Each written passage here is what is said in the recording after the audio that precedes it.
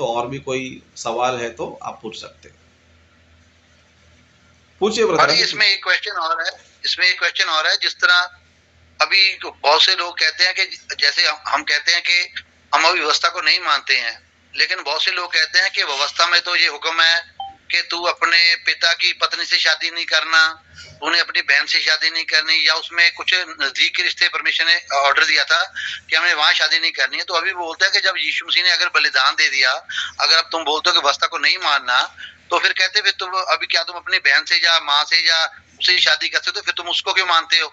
अगर तुम बोलते हो, वो हमें क्वेश्चन ये करते हैं कि अगर तुम बोलते हो कि व्यवस्था का खंडन हो गया, जब व्यवस्था को खत्म कर दिया, तो फिर तुम ये सिस्टम को लेते हो, ये तो तुम्हारे देश का कानून है, ना कि फिर ये परमेश्वर का सभी के लिए लॉ था।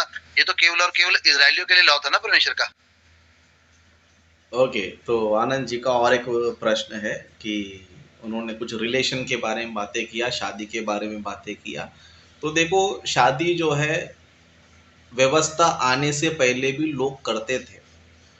ओके, तो उसमें जिसको जैसा ठीक लगता था, ओके, जिसको जिससे शादी करना था उससे वो करते थे। जैसे कि उत्पत्ति में हम देख सकते है ना, बुक ऑफ जेनेसिस में चैप्टर नंबर 6 में हम लोग देख सकते हैं कि वहां पर लिखा रहता है कि जिसको जो पसंद आया उसने क्या किया, उससे शादी कर लिया। ओके, तो ओल्ड टेस्टमेंट से पहले लोग क्या करते थे, जिसको जो पसंद आया वो शादी करते थे। ओके, करते थे। लेकिन बाद में क्या हुआ पता है, एक लॉ आया, किसके लिए? सिर्फ और सिर्फ इजराइलियों के लिए। ओके, वो लोग फॉलो करते थे, उनको कुछ रूल्स है, रेगुलेशन है। ओके, लेकिन साथ ही साथ हम देखेंगे तो जो लॉ को नहीं मानते थे वो लोग भी क्या करते थे, अपने कल्चर के हिसाब से क्या करते थे, शादी करते थे। मतलब जब लॉ था तभी बाकी लोगों का कल्चर भी था कि कैसे करना है, कैसे नहीं करना है।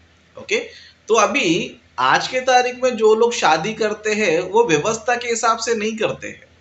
ओके, जो जेंटाइल्स है, जो क्रिश्चियंस है, वो व्यवस्था को पढ़कर शादी नहीं करते हैं। उनको जैसा ठीक लगता है उस तरह क्या करते हैं, शादी करते हैं। जिस तरह इजराइलियों के समय में लॉ था, ओके, लॉ होने के बावजूद भी जो जेंटाइल्स थे वो लोग क्या करते थे, अपने कल्चर के हिसाब से शादी कर सकते थे। उसी तरह अभी न्यू टेस्टमेंट में हम लोग आने के बाद, ओके, न्यू टेस्टमेंट में आने के बाद हम शादी कर सकते हैं, लेकिन गॉड कॉन्सेप्ट के हिसाब से। जिस तरह बाइबल में लिखा है कि विवाह सब बातों में आदर की बात समझी जाए, है ना। इब्रानियों के लेटर में लिखा है कि विवाह जो है ना सब बातों में आदर की बात समझी जाए। अब शादी करो, आपके कल्चर के हिसाब से आप कर सकते हो। न्यू टेस्टमेंट में कहीं पर भी शादी कैसे करना चाहिए, जिस तरह कुछ लोग रिंग पहनाते हैं, कोई मंगलसूत्र पहनाता है, ना जाने और भी कोई अदर कल्चर के लोग अलग अलग तरह से शादी करते थे, है ना।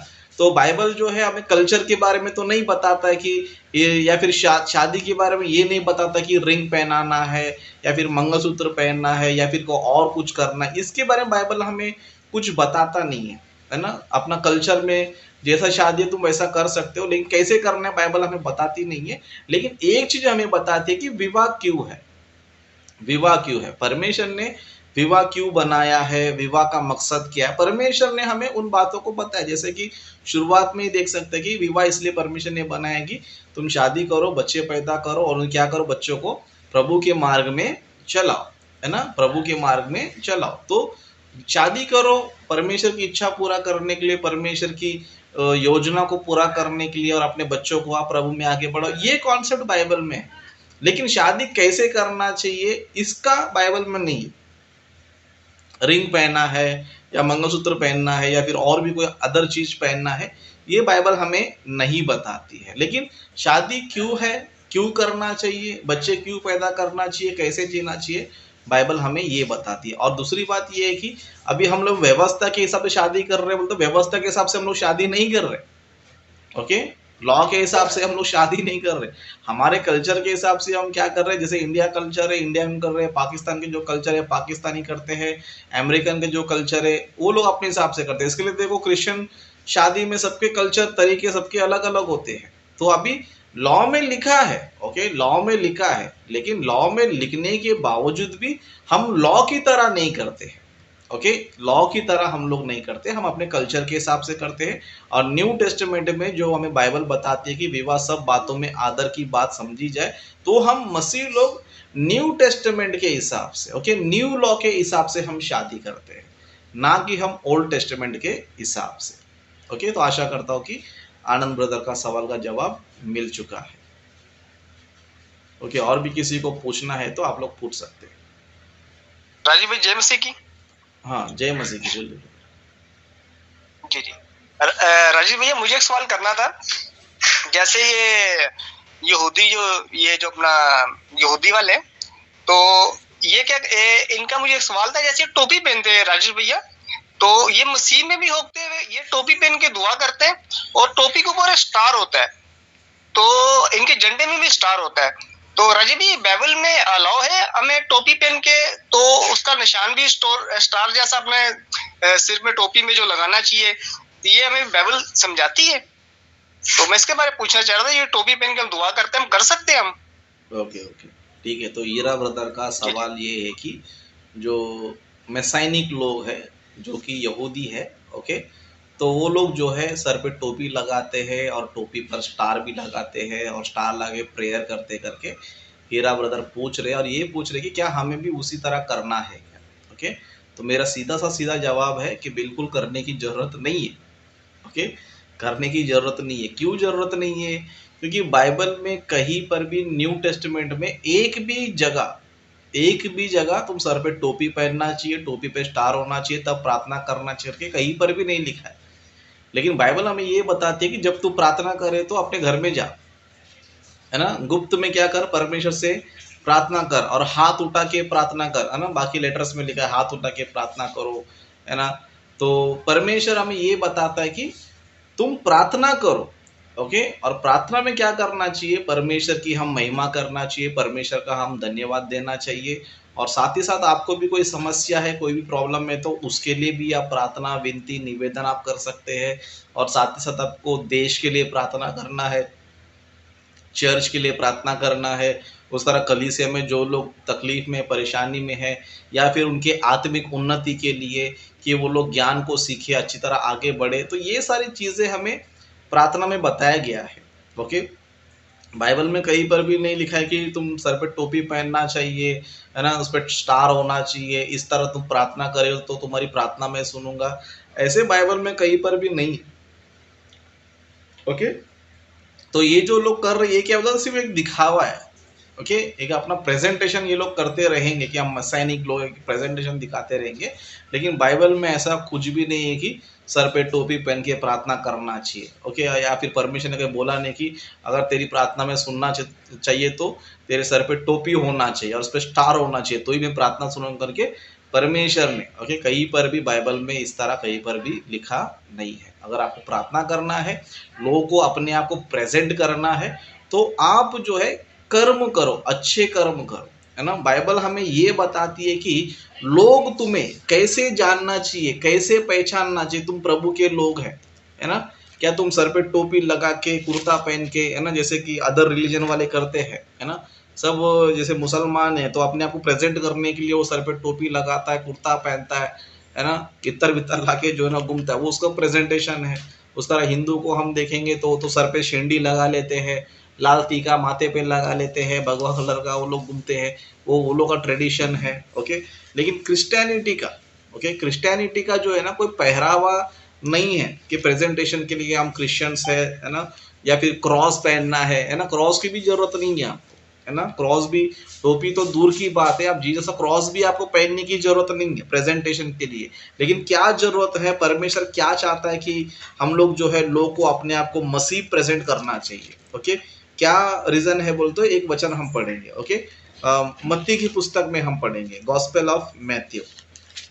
ओके, मत्ती में हम देखेंगे, मत्ती रसूल की इंजिल में हम देखेंगे, तो यहाँ पर जो है उसका पांचवा अध्याय चैप्टर 5 वर्स हम 16 पढ़ेंगे। ओके, 16 वचन पढ़ेंगे, तो यहाँ पर इस तरह लिखा है, उसी प्रकार तुम्हारा उजियाला मनुष्य के सामने चमके कि वे तुम्हारे भले कामों को देखकर तुम्हारे पिता की जो स्वर्ग में है बड़ाई करें। मतलब तुम अपने आप को जो है बाहर वालों किस तरह प्रेजेंट करना है कि आप मसीह के लोग हैं, आप मसीह है, कैसे प्रेजेंट होना चाहिए। आपके काम है ना, आपके धर्म के काम, आप बाइबल पढ़ो, बाइबल प्रीच करो, लोगों के लिए प्रार्थना करो, लोगों का भलाई करो, है ना, तुम्हारा अच्छा काम तुम लोगों को दिखाओ, तब लोग बोलेंगे हाँ सच में ये लोग कौन है, क्रिश्चियन लोग हैं, ये मसीह लोग हैं। इसके लिए देखो नॉर्मली जो है वर्ल्ड में एक चीज दुनिया में छप चुकी है, जैसे कि वर्ल्ड में जो है कहा जाता है मसीह लोग होते हैं, जो क्रिश्चियंस होते हैं, वो क्या करते हैं पता है, लोगों की भलाई करते हैं। क्या करते हैं, लोगों की भलाई करते हैं, जिसमें मदर तेरेसा टॉप में हम देख सकते हैं, मदर तेरेसा है ना, मतलब गरीबों का मदद करना, हेल्प करना, उनसे प्रेम करना, है ना। इस तरह मदर तेरेसा ने जो है ना इस काम को किया, और बाकी कई सारे मसीह लोग भी करते हैं। इसके लिए मसीह लोग का पहचान क्या है बोलते हो, ये लोग लोगों की भलाई करते हैं, है ना, स्कूल्स खोलते हैं, हॉस्पिटल्स बनाते हैं, ट्रस्ट बनाते हैं, गरीबों की मदद करते हैं, अच्छे अच्छे काम करते हैं, प्रीचिंग करते हैं, ट्रैक्स बांटते हैं, है ना। तो ये क्या पता है, हमारे मसीहियों की पहचान है। ओके, हमारे कर्म ही दुनिया को दिखाना है, ना कि सर में टोपी पहन के उस पर स्टार लगा के या फिर गले में क्रॉस लगा के, ये सब करने की कोई जरूरत नहीं है। इस तरह खुदा को या लोग को प्रेजेंटेशन करने की आपको बिल्कुल भी ज़रूरत नहीं है।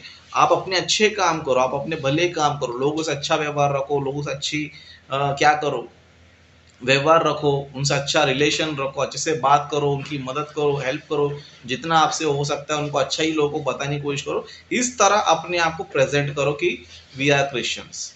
ओके, इस तरह अपने आप को प्रेजेंट करो। ओके, तो आशा करता हूँ कि हीरा ब्रदर का सवाल का जवाब मिल चुका है।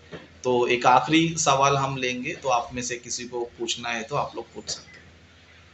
प्रकाशित वाक्य का पहला अध्याय का अच्छा, मैं मरा था और अब देख मैं युगल जीवित हूँ, और मृत्यु और अधोलोक की कुंजियां मेरे ही पास है। इसलिए जो बातें तूने देखी है और जो बातें और जो बातें इसी के बाद होने वाली है, उन सब को दिखा दे। ये मेरे को ना कुंजी का क्या मतलब है, ये नहीं समझ में आया।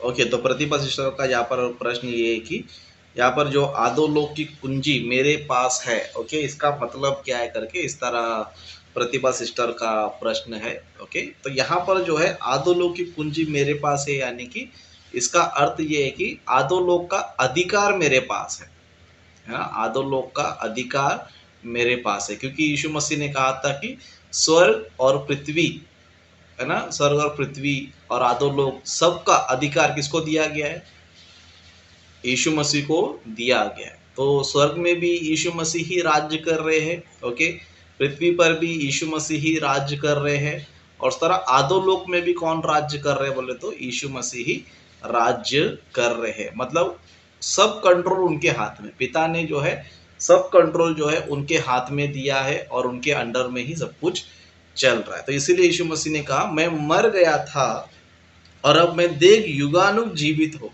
है ना। मतलब यीशु मसीह ये बताना चाहते हैं कि मैं मर गया था लेकिन अब मैं क्या हुआ, जीवित हो गया। ओके, और जीवित होने के बाद मुझे क्या मिला बोलेगा तो, और मृत्यु और आधोलोक की कुंजी मेरे ही पास है। मतलब मेरे ही पास है, यानी कि अभी वहां का टोटल कंट्रोल मेरे हाथ में है। ओके, कंट्रोल जो है मेरे हाथ में करके यहाँ पर यीशु मसीह बता रहे हैं। ओके, तो आशा करता हूँ कि प्रतिभा सिस्टर का सवाल का जवाब मिल गया है। तो हम यहीं पर जो है आज के सेशन को हम लोग जो है समाप्त करते हैं।